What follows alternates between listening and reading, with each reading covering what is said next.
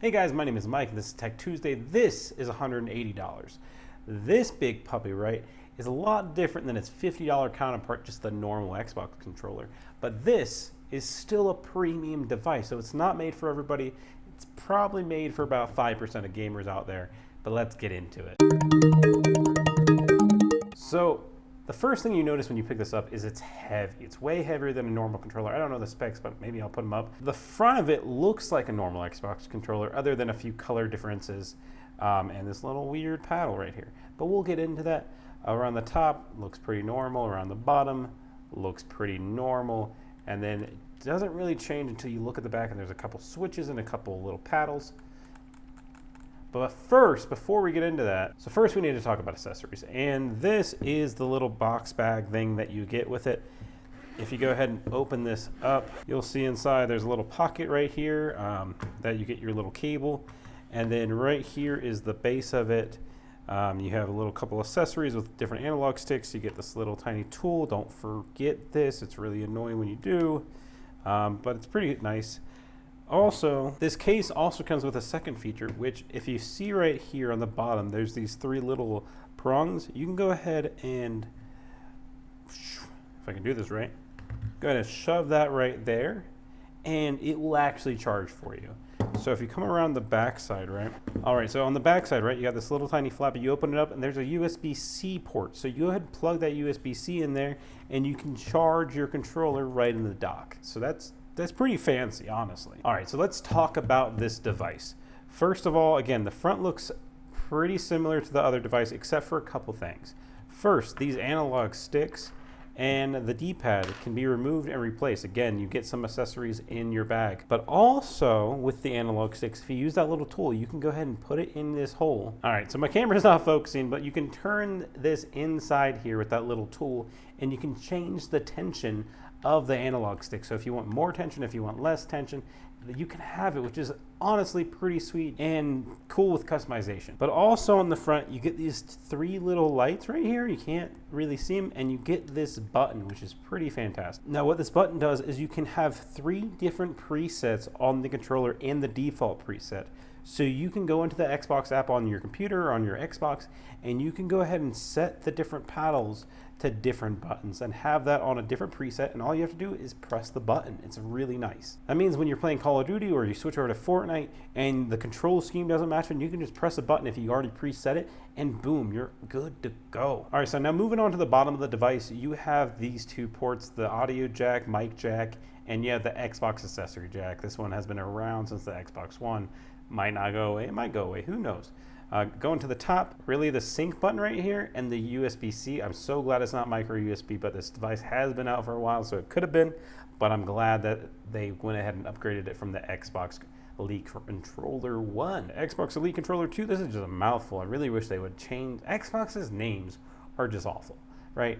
The Xbox, cool. Xbox 360, weird. Xbox One, stupid. Xbox Series X and S, fucking dumb as shit. Sorry. Not the point of this video. So honestly, I use the USB-C to charge. I do not use the dock at all. USB-C ports can go for about 10,000 different changes, which is about 9 years if you're using it on an extreme basis.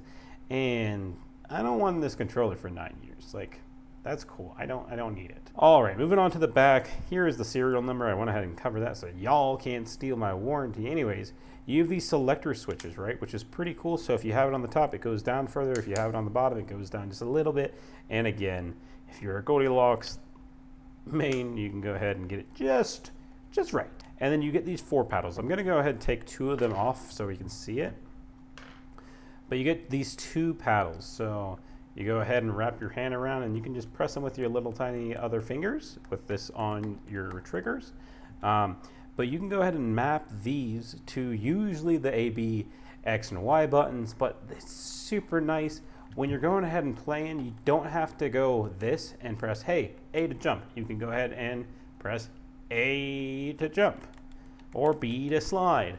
And so you can just keep on going, have it here. Those paddles really equalize the playing field against those mouse and keyboard players. You still can't have as accurate of aim, but aim assist is there. But one of the biggest problems is the amount of buttons that you have at your disposal with a mouse and keyboard. And these paddles just kind of equalize the game just a little bit. Now, I've had this controller for less than a year now, but I used to have one of these before this one, and this gets into the problems, right? The RB button, this right bumper, fails. It is a problem with the switch inside of it. Unless you're an amateur at soldering, it's a problem. And so it's not too difficult if you open it up and go ahead and solder it, but just make sure you have that extra warranty, because this controller, this RB button failed within 4 months, and I went ahead and was able to contact Xbox, put in the warranty claim, and get that fixed. But the one I had before this, I wasn't so lucky, and it failed after that year warranty. So if you're going to buy it from GameStop, Walmart, or whatnot, and they offer you an extended warranty, take that, because it's not a matter of if, it's a matter of when this breaks. You're going to be super happy that you have that warranty still. Other than that RB button, this controller is fantastic. Now, the other one that I had for a while, the rubber started peeling a little bit, but again, I've had that controller for a while.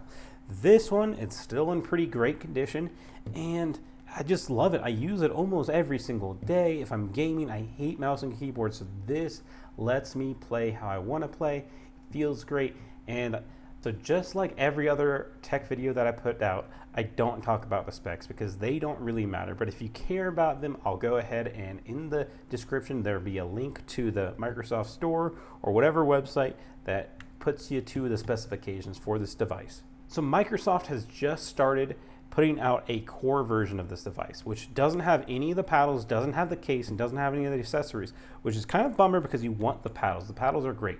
But the cool thing is it's a lot cheaper at about $110. And more importantly is now they allow the Xbox Elite controllers to be part of the customization of their Xbox controllers, which means you can change the whole color scheme, which isn't that important, but you can pick up the device without the dock, so you're not paying for the case that you'll never use, but you can still pick up those accessories, which is fantastic because you really should, because of the paddles. And I lose about one analog stick every couple months. I'll find it eventually, but like if you're in the middle of a gaming session and this analog stick pops off because you're just going ham and you don't know where it flung, you can go into your accessory bin and pick up another analog stick, keep it rolling. It might feel a little different, but at least you can still game with it. And that's pretty freaking exciting. All right, so I'm gonna be this close because my camera isn't focusing, but I just hope you have a wonderful day. Subscribe for more tech videos. Go ahead and check them out. We have a bunch down there. And I just love you. Spread those loving, helpful, peaceful, hoping, souls out there. Just go help others. Have a great day. Love you. Peace out. Why doesn't this focus? Focus! I don't know what happened. I think I pressed something wrong.